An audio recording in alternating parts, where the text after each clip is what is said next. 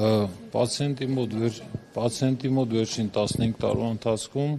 առկա է խրոնիկ հիվանդություն, պարզի որպես գաղտնիք շատ չենք ընդլայնվի, պարբերաբար ստուգվել է Ստեփանակերտում, հետազոտությունների արդյունքով հայտնաբերել է այդ խնդիրը, այս պահի դրությամբ ունենք տվյալ իրավիճակի թեթև սրացում, այդ իսկ պատճառով կգտնվի կլինիկայում, կիրականացվեն համապատասխան հետազոտություններ եւ հետագայում արդեն ըստ վիճակի կհասկանանք։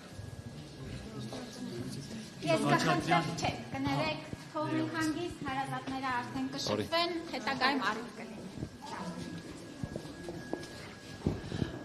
24-ի հարգելի հետևորդներ, ինչպես լսեցիք,